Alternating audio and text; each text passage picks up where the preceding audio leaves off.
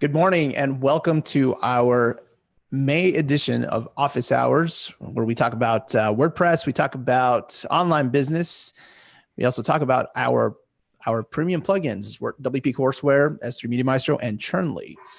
And I'm here with my two good friends, Nate and Corey, and we are the Fly Plugins team. Hey guys. Thanks for joining us. Yeah, so we were just talking. It's last day of school for our kiddos, so we are officially going into summer now, and so yeah, so routines are going to change and that sort of thing. So we're interesting day to be on today. Yes, sir. Yeah. What's funny is that here in Denver, it went from the snow finally completely melted yesterday. And now we've got bright sunshine. Are you guys going to get more snow? Because I thought I saw some weather moving up there or something. I think toward the end of the week or over the weekend, sorry. Yeah, we'll see. Yeah, here in Phoenix, it's been cool, and characteristically, this is not normal, for May. Well, for the end of May, I mean, we should be getting close to triple digits, if not in triple digits by now. We were like 75 yesterday. It was beautiful. Like, I will take this any year. Yeah. I know, it's been nice. That's pretty good for you guys. Yeah, it's been. So, well, cool. Shall we get some things started here? Let's see what questions we have. And yeah, let's see. We've got a couple things. Hey, David, good to have you, man. Yeah, welcome, David. Let's see. Let's take a look at Trello.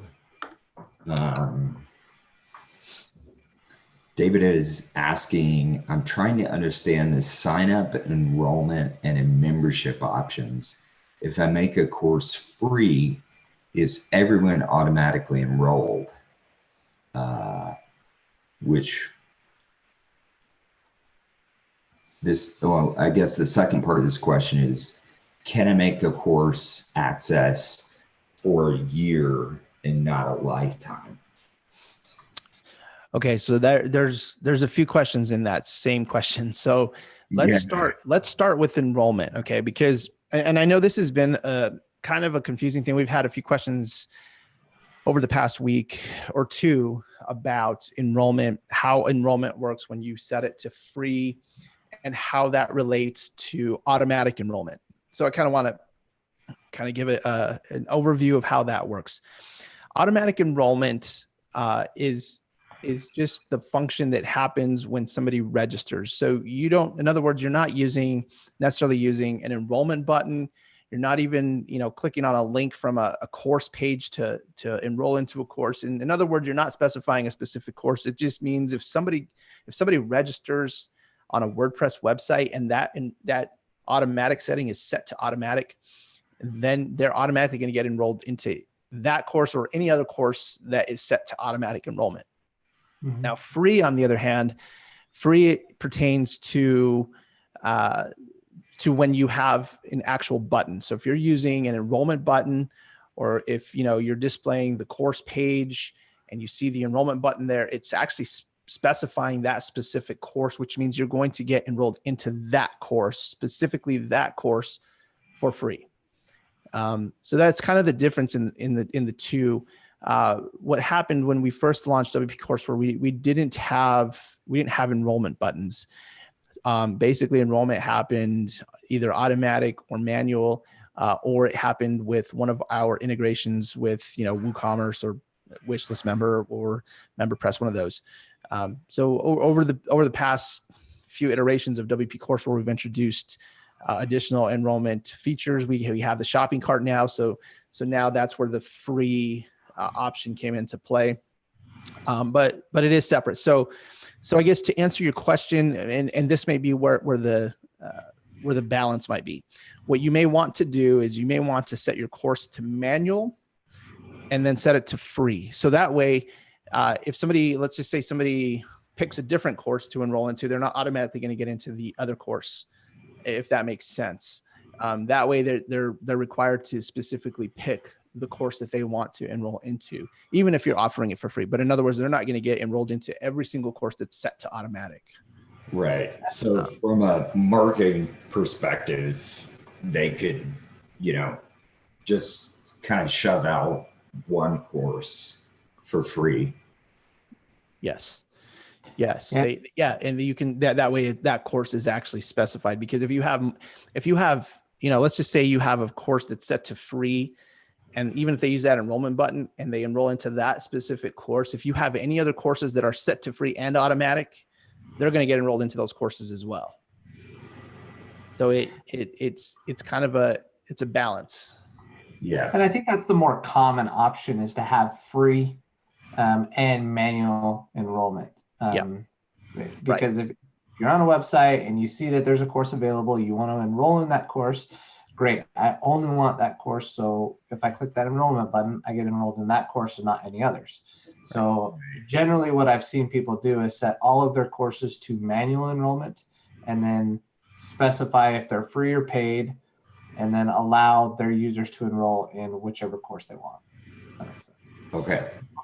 Yeah. So yeah, that's a great question. We've had that question come up quite a few times, and I don't know if it's confusing, or maybe, I don't know, maybe we need to review the language, for the automatic setting. Cause I know automatic and free, it's kind of like, are they, fighting with one another, those two functionalities? Are they the same thing, or, how does that work?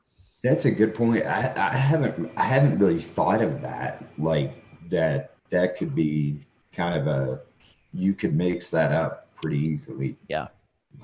I can see where it could be confusing. That's why I'm saying, I think maybe we just need to review the language and just see if maybe there's a way we can maybe add a better description or something like that, just to see what we can do with that. Okay. Second part of the question was what, Nate? I don't remember. Let me take a look. Can I make the course access for a year and not lifetime? Yeah, it was about the expiring access, which I know we've talked about, and we've talked about this on previous sessions, but in pre-sales, I've sort of just pushed back on membership plugins for this stuff, but Yeah, we, at some point we probably will introduce a course expiration functionality. In fact, actually, I think we talked about it for this last major update that we had. I don't think we had time to fit it in or something like that, but we did talk about it. So it is definitely on our radar. Maybe we'll get it on in the next revision, or one of our upcoming revisions here in the next, month or so.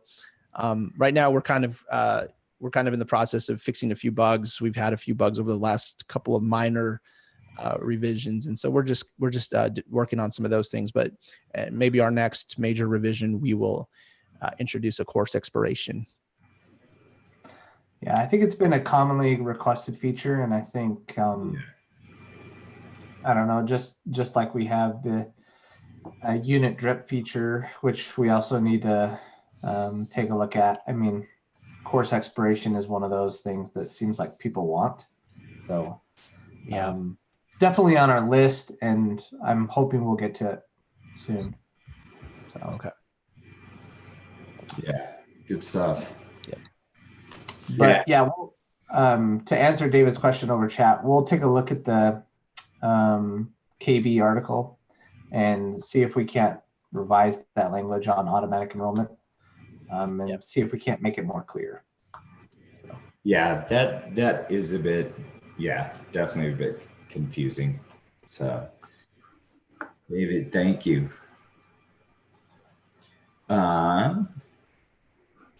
Pricing. We have a question on pricing, and that's from Edith. And you can find those if you type in the URL of wpcourseware.com or s3meetingmaestro.com, and you'll be able to find that. Is there a specific question about pricing or the license models or something like that? It just says current price of WPCW and S3 Media Maestro annually. So okay, yeah, there's different license models for that. So yeah, definitely just good. You can visit flyplugins.com, click on the drop down at the top and just click WP Courseware or S3 Media Maestro or Turnley, and from those pages you can find pricing. Yeah, you need to go to the orange button that says get either plugin now. It's at the top of the page, and then you're gonna get the pricing models. So Yep. Yeah. Let's see. Okay. What else do we have here?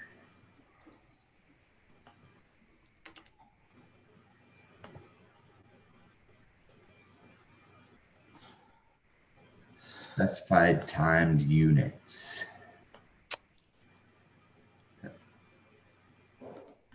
Question about drip?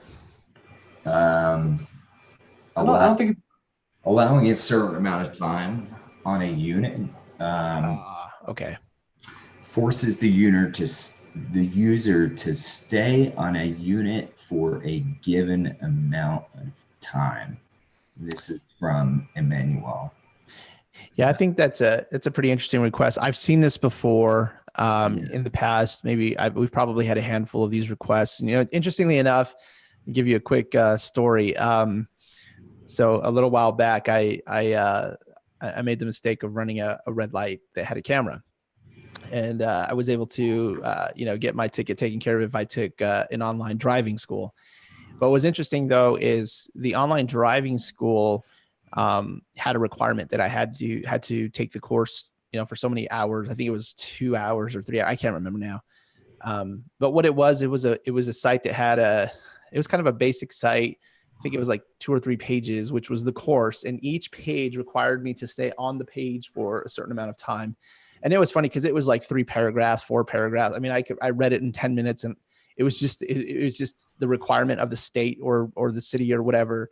And so anyway, once I was on there for a specific amount of time, I could move on to the next and so forth, and until I completed it. But yeah, so I can see why this could come in handy for some courses. I'm assuming there's some courses out there that would require that. Maybe it's by law or by some sort of rule that people have to be in a unit for a specific amount of time. It doesn't mean that they're necessarily going to be reviewing the content for that long, but I can understand where the feature would come in handy. Yeah, the first guy that brought this in, this has been probably 3 years, and that's why we did the integration between S3 Media Maestro and WP Courseware. It was like some sort of, he was in Australia, and there was like a fishing boat certification course he was teaching. Mm-hmm. So yeah, he needed people on the video, make sure they watched it, and yeah. Before they moved on to the next unit, right? Yeah. I know this has been requested for like real estate licensing. I've seen that before. Like they have to spend so much time on a course, like to keep their certification. I've seen that before, but that's a total amount of time. Like, so if they take the course, like they have to spend so much time studying the course for that amount of time. Yeah. And they have to record it and everything. So yeah, introducing a time feature for the unit or for the course, like keeping track of how much time they've spent, definitely would be a useful feature. But we do have the drip. So yeah, we do have the drip, and we do have timers on quizzes too. Yeah. But as far as making someone stay on the unit for a certain amount of time before they can progress to the next one. Or the opposite that says you only have so much time, you know? Yeah. Yeah. Because I guess the timer would be kind of the factor, and when the time would expire, then your mark is complete button would become available to actually click to finish that unit. Right. Yeah. I think we talked about that last month. Just kind of, you know, there are some cases where you shouldn't let people move on before a certain amount of time. And yeah. Good question. Good suggestion. Yeah. Well, that's all we had in Trello or email submissions, I think. Just had a question come in to our chat box here. Is it possible to have units automatically marked as complete when the student clicks to the next unit? If not, is there a hook or something? You know, so we actually meant to put this feature in there probably, I don't know, a couple versions back. Corey, remember when we created the S3 Media Maestro integration, basically the S3 Media Maestro integration allows you to watch a video, and upon completion of the video, it automatically marks as complete. It'll move you to the next unit. And we meant to put a feature in there somewhere because that functionality is already there. It's already built in. We just, I don't know what happened. We forgot or something. Corey, maybe we can get that in our next revision. Yeah, I think so. We're about to release another revision or another release this coming week of some bug fixes and stuff. I'll add that to my list. Yeah, because I think the functionality is already there. It just needs to. Yeah. I don't remember if it was just we needed to add a UI element or something, but I'm pretty sure that's it. We need to add a UI in the course settings that says, would you like to, when they mark as complete, allow them to progress to, advance automatically. Yeah. Because right now the functionality is kind of built in, but and to answer your question, David, there's not really a hook or anything. It's actually in JavaScript is where it is. So you could definitely write it yourself if you wanted to, but we're going to put it in the next version. So I'd just probably wait for it. So that could come in handy for something else we're working on. So yeah. Yeah, but thanks for bringing that to our attention, David. We'll take a look at that and get it out very soon. So so if there's no more questions in Trello, maybe we could give a quick heads up, something coming up, kind of a big deal. It's kind of a cool deal. We've been working on for a couple of weeks. We're working on a ConvertKit add-on for WP Courseware. We should be launching this within about a week or so, maybe less. But the ConvertKit add-on is just going to integrate your ConvertKit account with WP Courseware.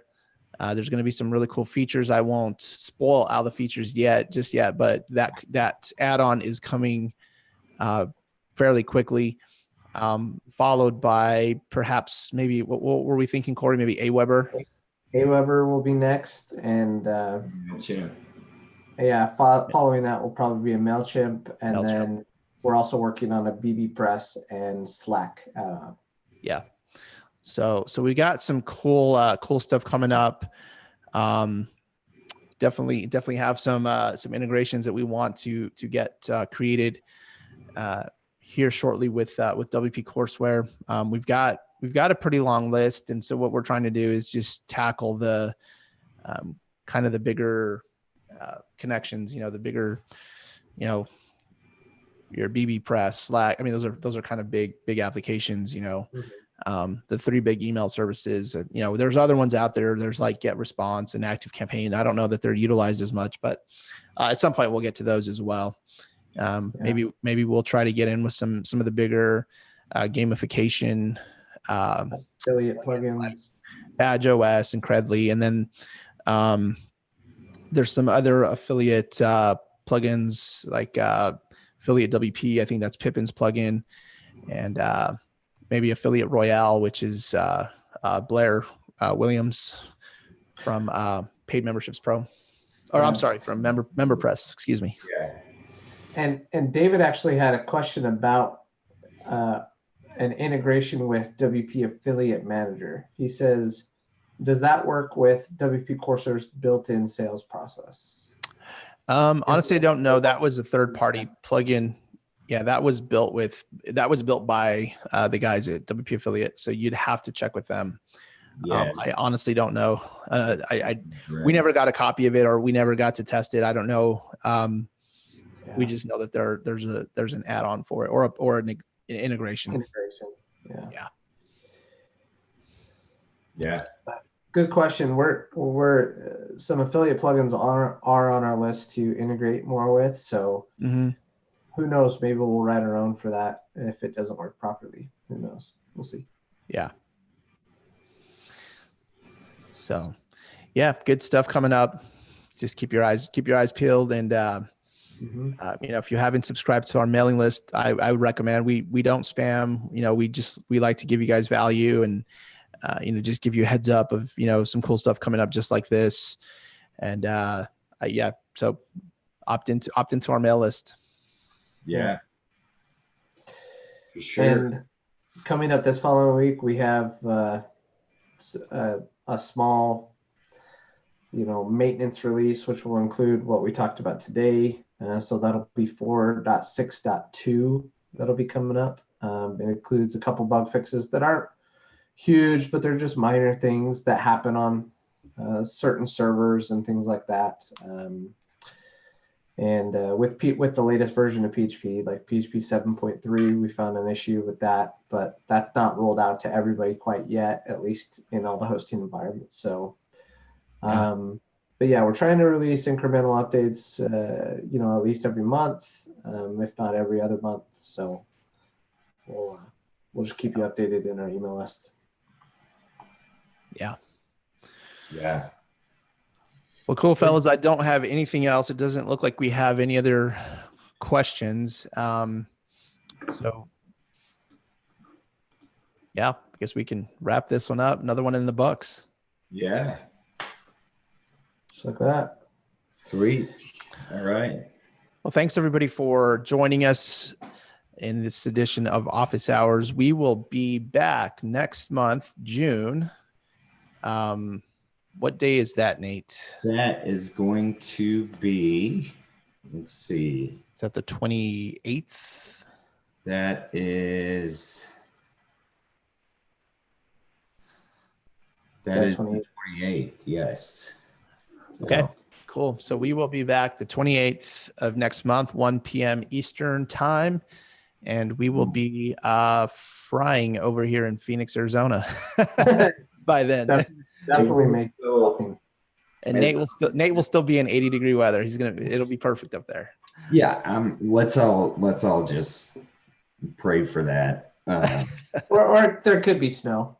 I don't think that's gonna happen. But because I used to live, in Colorado, I didn't really get it when I lived there, but in Utah, your close neighbor, I got it in June one time, and I was upset about snow in June. It can happen. Yep. Yeah.